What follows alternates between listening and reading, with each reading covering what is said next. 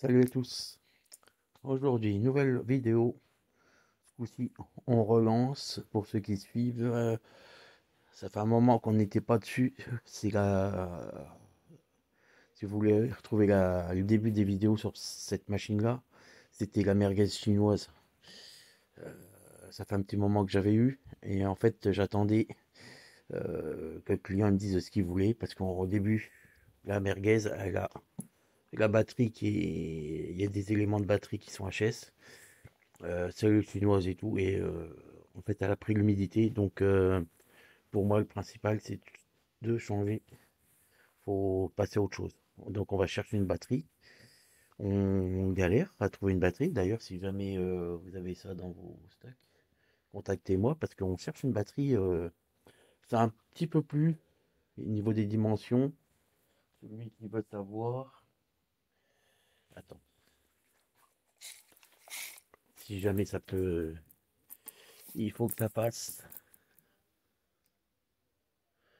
39 de long. 39 de long, 13 de large et 6,5 d'épais. Si jamais tu as ça, contacte-moi. Donc, parce que le client, on cherche toujours une batterie activement. Ensuite, j'avais ouvert les contrôleurs. Il faut savoir que c'est une machine qui avait pris l'eau. Les contrôleurs étaient oxydés. On les a nettoyés. Et en fait, apparemment, elle a toujours le même problème qu'elle avait au départ. C'est-à-dire des saccades. Tchouk, tchouk, tchouk. Coupe, coupe, coupe. Marche, coupe, marche, coupe. Euh, pour moi, le souci vient principalement du manque de tension de la batterie. Ça provoque des coupures au, au contrôle. Après, euh, à l'heure actuelle des choses, le client, lui, ce qu'il désire, c'est que même si on n'a pas la batterie dans les médias, il aimerait bien en fait la récupérer, prête à remonter, et que le jour où il a la batterie, qu'il ait plus que les deux prises, et puis dès qu'à remonter, qu'elle roule. Euh, Chose où c'est que je peux pas garantir du fait que pour faire des essais de contrôleur et tout ça, il faut une batterie saine. Ce qui n'est pas du tout le cas. J'arrive à la monter à 52 volts avec le chargeur, mais dès qu'on débranche le chargeur, tout se casse la gueule. Donc c'est vraiment le temps de faire des essais qu'on arrive à avoir de la tension encore avec la batterie là. Sinon, c'est ingérable. Donc qu'est-ce qu'on a. Je lui ai proposé en fait, c'est vu le prix, le coût modique des pièces quand même, parce que c'est une trotte, tu vois, style, je ne sais plus trop ce que c'est la marque là, mais ça c'est une no name. Donc euh, on trouve des adaptations. Il y a, je sais plus comment c'est la marque là c'est Mobigun. Il y a Mobigun qui ressort où il y a 80% des pièces de la Mobigun qui peuvent se monter dessus. Mais donc, et quand je vois l'état du faisceau, parce que vous voyez, ça a été démonté, hein. Pour moi, cette trottinette-là a eu déjà un changement de contrôleur ou je sais pas quoi. Bref, tu vois, il y a des scotch de. Je, je sais pas ce qui s'est passé là-dessus. Donc, moi, ce que j'ai proposé au client, pour avoir un truc propre autre que cette merde-là, tu vois, voilà, c'est de partir là-dessus. Sur un kit neuf. Alors, on a eu il me semble que c'est 64 euros le kit. Donc, pour 64 euros, on va reposer et étanchéifier là devant, parce que tu vois, les contrôleurs, c'est la maladie comme beaucoup, tu vois. Ou c'est qu'il n'y a pas de fil, l'humidité passe là-dedans. Donc moi je veux combler tout ça à la silicone à chaque fois. Pour pas et comme ça, pour avoir des contrôleurs plus étanches. Ça évite qu'ils s'oxydent dedans. Mais bon, ceci est un autre débat. Revenons à nos moutons. Ça c'est un sac qui ne concerne pas. Donc je disais pour 64 euros, t'as le kit des deux contrôleurs, le câble, le display avec son support. Et là, on va installer ça. Et d'une manière comme une autre, du coup, quand il aura la batterie, ça roule quoi. On s'est mis d'accord aussi avec lui sur le fait de dégager euh, certaines choses sur la trottinette, parce que le prix des contrôleurs fait que forcément pour refaire les phares et tout ça, c'est une galère sans nom à chaque fois. Donc on va dégager le superflu de dessus. hein, pour éviter déjà tout ce qui est souci de panne. Donc le kit de LED qui est sur le côté, on dégage. Moi, personnellement, je vais dégager le phare avant, parce que le phare avant, en plus, tu vois, il est cassé. Donc plutôt que de laisser une mer comme ça, on, on fera reposer une barre de LED directement, ça sera beaucoup mieux. Feu arrière, pareil, je vais mettre un feu comme j'ai mis sur la Kugo, tu vois, qui fait avec le clignotant à 10 balles, et ça sera bien bon. Ça fait comme ça, tu auras un entretien qui va éviter les soucis, tout ce qui est soucis électriques. On va changer le PC. Donc en fait là, tout va dégager là-dedans. Je vais juste garder non, putain, avec sa tondeuse encore lui. On va juste garder les phases moteurs avant-arrière et tout le restant on va modifier, on va rebrancher sur l'autre, sur les autres contrôleurs. Le display, tu vois, donc c'est ça. En fait, c'est le même que l'autre qu'il avait dessus. Euh, Ici, on mettra Eco Turbo et le single dual. Parce que le single dual, on a du bol parce que il a la prise. Les contrôleurs ont la prise, tu vois. Single dual. Là, voilà. Les fils de bride, ils sont ici. Donc on pourra remonter ça déjà. Et voilà. Le fil des phares, ça dégage. L'alarme, ça dégage. Source d'emmerde. Faut que j'enlève les gaines. En fait, on va déjà, première étape, pour si jamais ça t'intéresse à un coup de faire une modif comme ça. Moi, ce que j'aime bien, c'est qu'en fait, tu attrapes tout, tu vires toute la merde. Donc, tu enlèves tes gaines, les machins, tu vires tout, tu laisses vraiment l'essentiel, c'est-à-dire câble moteur avant, arrière. Et ensuite de là, tu refais ton faisceau. T'emmerdes pas à vouloir garder quelque chose là-dedans, là, tu veux garder quoi? Ça, ce que tu peux te servir, c'est pour rebrancher, comme là, moi, tu vois, je vais falloir que je rebranche le single dual. Je vais me servir de fils, une fois que j'aurai tout démonté, de fils qui vont être propres, que je vais contrôler, qui seront bien. Et je repasserai un faisceau avec et je vais m'en servir pour rebrancher mes options. Mon single dual, c'est tout. Le restant, ça va dégager. Et là, après, tu vois, il y aura de la place pour mettre les contrôleurs là-bas proprement et tout. C'est voilà. Mais c'est une trottinette après qui pourrait être fiable.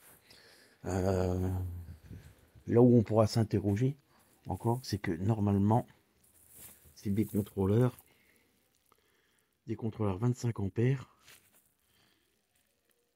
et qui encaissent le 60, plus que 60 volts.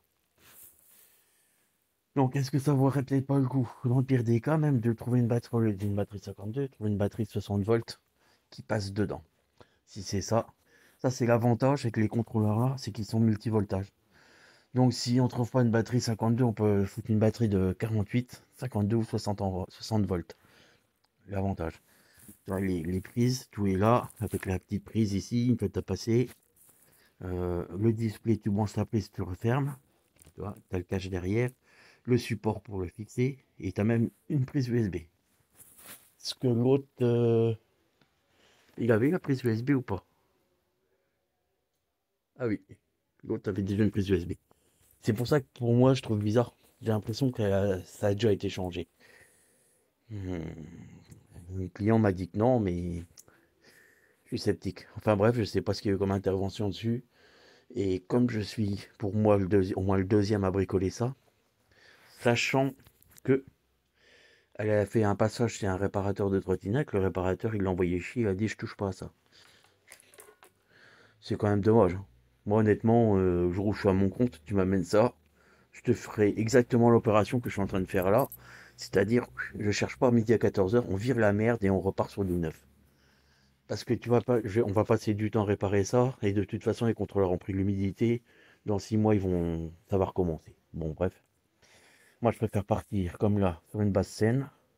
Et voilà. Bon, alors, les petits gars, pour celui qui s'intéresse, parce que je sais que les vidéos bricolage comme ça, c'est pas ce qui fait le plus de vues. Euh, mais bon, sachez que là, j'attends avec les prochains revenus YouTube. La dernière fois, ça a payé la bague. Là, ce coup-ci, ça va me payer la.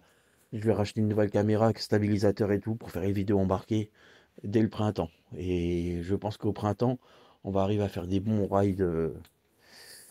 Et du coup, avec les caméras embarquées, on pourra faire les essais de troc, les puissances, les machins. On vous fera ce que vous voulez, quoi. Donc voilà, petit aparté terminé. Donc, eh ben, ce coup-ci, c'est parti. On commence à... Donc, le démontage. Bon. Alors là, moi j'adore, hein. Tu vois, quand tu vois ça, tu te dis, t'es dans la merde, hein. Donc, tout ça, ça dégage. On va dégager, on va garder les trois phases moteurs, avant, arrière. Le display, tout ça, faut que j'ouvre, on dégage. On va remplacer donc le vieux compteur et tout. Tout en sachant comme les pièces sont, pour moi, les contrôleurs, c'est les mêmes que ce qu'on remonte. Tu vois, euh, c'est top. On peut passer, on aura toujours le single dual pour passer en simple et double moteur. On a les fils de bride, tu vois, donc on a bien les fils de bride. Contrôleur 25 ampères, de 48 à 60 volts. Paf, paf. Le display, exactement le même que l'autre, tu vois, neuf. Le câble et tout. Et tout. Donc la batterie, si on trouve pas en 52, on fera regarder, peut-être essayer de trouver une 60 volts. Mais bon, alors la chiotte, il y a du boulot, hein, parce qu'après, ça fait peur quand tu vois ça, mais tu vois, qu'est-ce que tu veux faire avec ces câbles-là, quoi. Au secours, quoi. Ça, on sera tranquille. Tout va être repassé en neuf, ça va être... vous allez voir la différence entre ça et après, quoi. Il va y avoir du changement. Yeah. Bon, pour la France. Donc voilà. Une fois qu'on a fait le ménage, il n'y a plus rien. Donc, ici, je disais, pour l'instant, on va garder ce câble-là.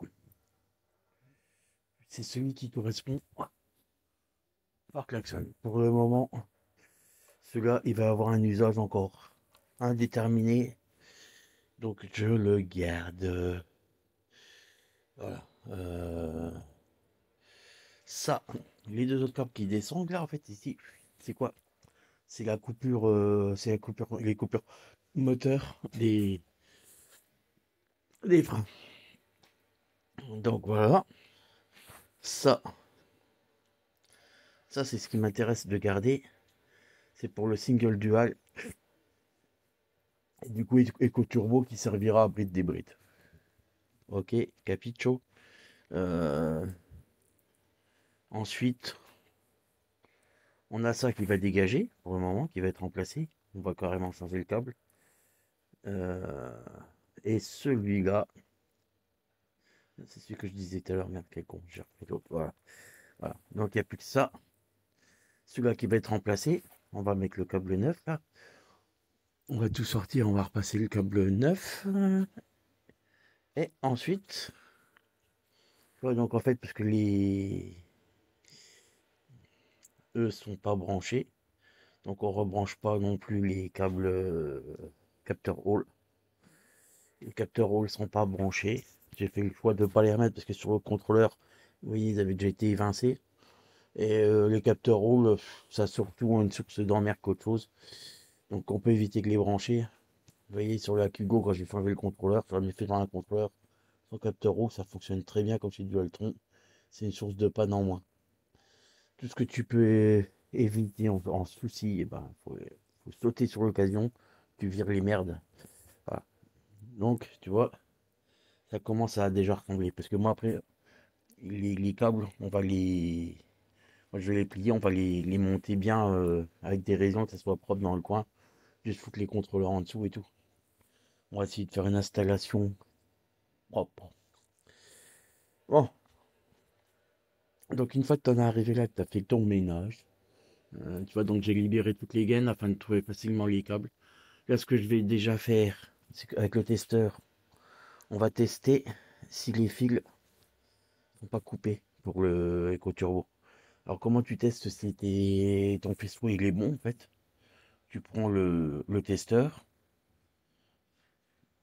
un d'un côté, un de l'autre, avec la résistance, avec les ohms, et quand tu appuies sur le bouton, clic-clac, tu vas voir si le courant il passe ou s'il passe pas. Si ça marche, si tu as du coup les testeurs qui bougent, c'est que enfin, que la résistance se fait, c'est que le faisceau est bon et que les interrupteurs marchent. Si jamais t'as pas de changement, c'est qu'il y a un problème. Là, c'est qu'il va falloir. Honnêtement, ça m'arrangerait de ne pas avoir le faisceau là à refaire, de pouvoir récupérer celui-là déjà. Ça serait plutôt cool. Yes, sir. Donc, prochaine étape, on va commencer à virer et repasser le nouveau câble. Là, j'ai commencé à démonter ça. Et on va repasser le nouveau câble. Avec le nouveau display, déjà, ce sera déjà pas mal. Parce qu'en plus, tu vois, il faudra régler les poignées. Parce que guidon pliable, il est complètement déréglé. Je vais avoir de quoi faire quand même. Parce que moi, je vais leur donner qu'il n'y ait pas de souci. Et après, on a. Ce que je rappelle, c'est un problème de frein, cette machine.